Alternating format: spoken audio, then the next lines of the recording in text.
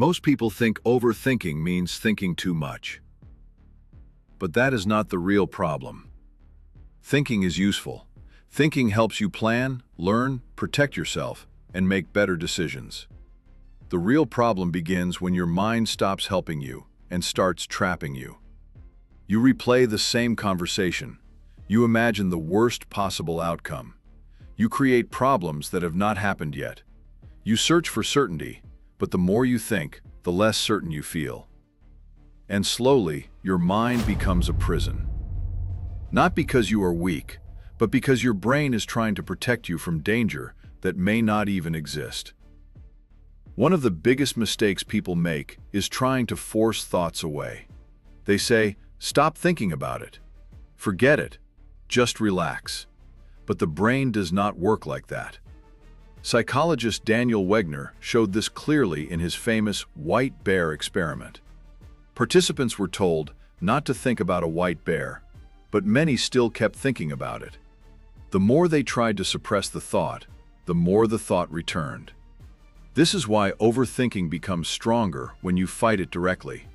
When you say, "I must not think about this," your brain has to check if you are thinking about it. And by checking, it brings the thought back. So the solution is not to fight the thought. The solution is to change your relationship with the thought. There is a difference between problem solving and rumination. Problem solving asks, "What can I do?" Rumination asks, "Why did this happen to me?"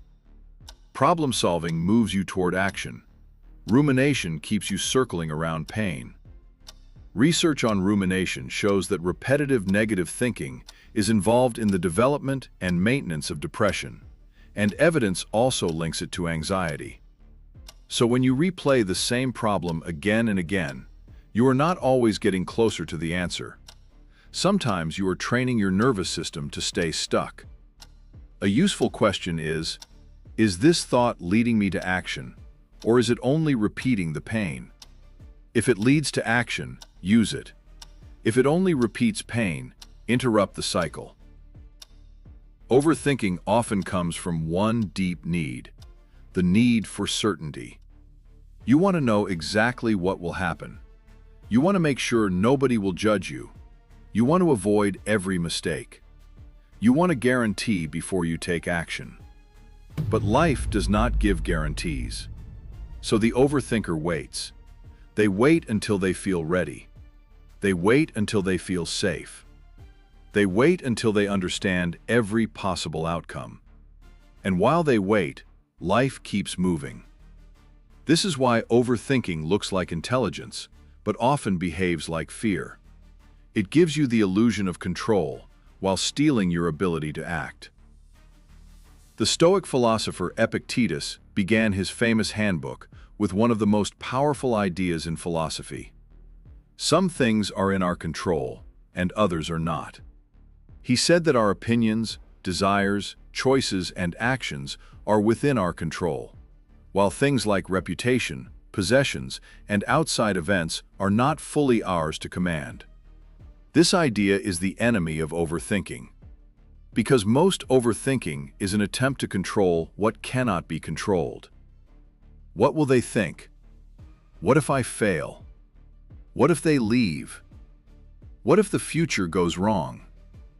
Epictetus would ask, is this in your control? If yes, act. If no, release. Your job is not to control every outcome. Your job is to control your next action. Seneca understood fear deeply. In one of his letters, he warned that human beings often suffer more in imagination than in reality. That is overthinking. You are not only suffering from what happened, you are suffering from what might happen. You suffer from the conversation that may never happen, the rejection that may never come, the failure that may never arrive, the future version of pain that your mind keeps rehearsing. But ask yourself, how many times did I suffer in my head for something that never actually happened? That question alone can wake you up. The first practical tool is simple. Name the thought. Do not say, I will fail. Say, I am having the thought that I will fail. Do not say, they all hate me. Say, I am having the thought that they all hate me. This small change creates distance. You are no longer inside the thought. You are observing the thought. A thought is not a command. A thought is not a prophecy.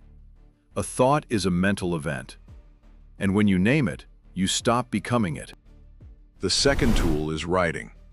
When thoughts stay inside your head, they multiply. But when you write them down, they become visible.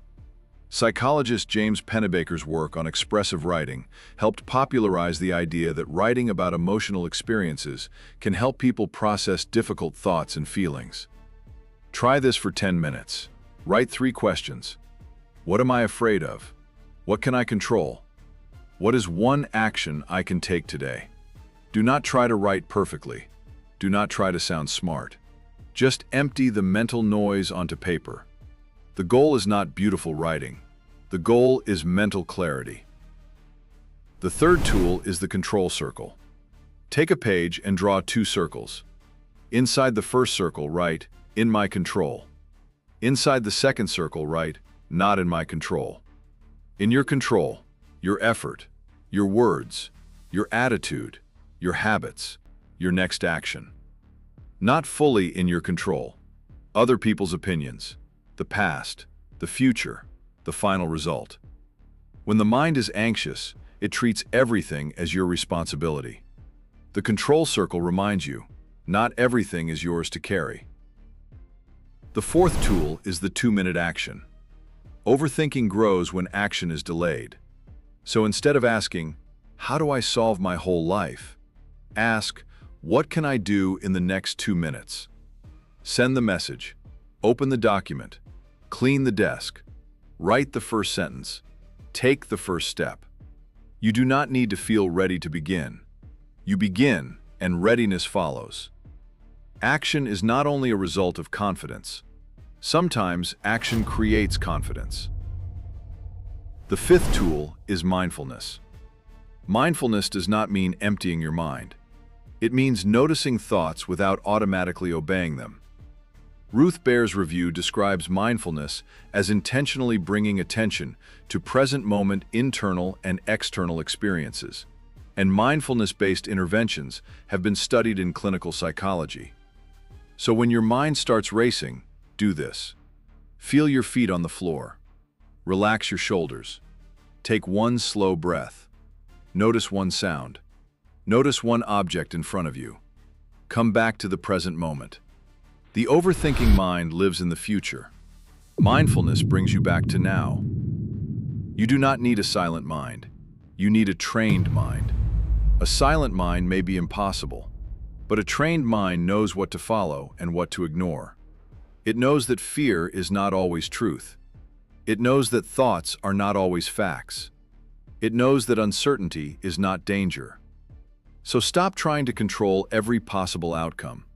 Stop rehearsing disasters that may never happen. Stop letting your imagination punish you before life even tests you. Control what is yours. Release what is not. Take the next action. That is how you stop overthinking. Master your mind. Protect your peace.